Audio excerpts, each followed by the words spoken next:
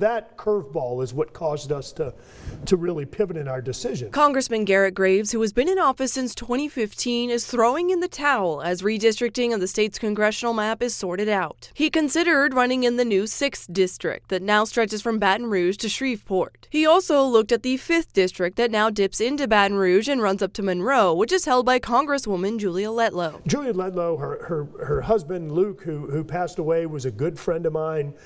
We stepped out very early, endorsed Julia, and I think that it would end up causing some divisiveness that I don't think is worth it. When asked if he believes that not supporting Governor Jeff Landry in his election for the state's highest office impacted the drawing of his district, he says legislators were given incorrect information about needing to pass the new map, otherwise a judge would draw it. And they explicitly provided an additional opportunity for the state legislature to draw the map. He also believes the district was drawn with a specific person in mind. State Senator Cleo Fields, a former congressman, is the main candidate who was announced for that seat. Graves gained national attention when he became former Speaker Kevin McCarthy's right-hand man in negotiating for House members to raise the debt ceiling. The controversial issue among staunch conservatives ultimately cost McCarthy his speakership, but Graves stands by it. You would have seen not millions, not billions, but trillions of dollars in financial impacts on people's retirement programs. You would have seen interest rates going up. He says he was on track to becoming the chair of the House Transportation Committee. I mean,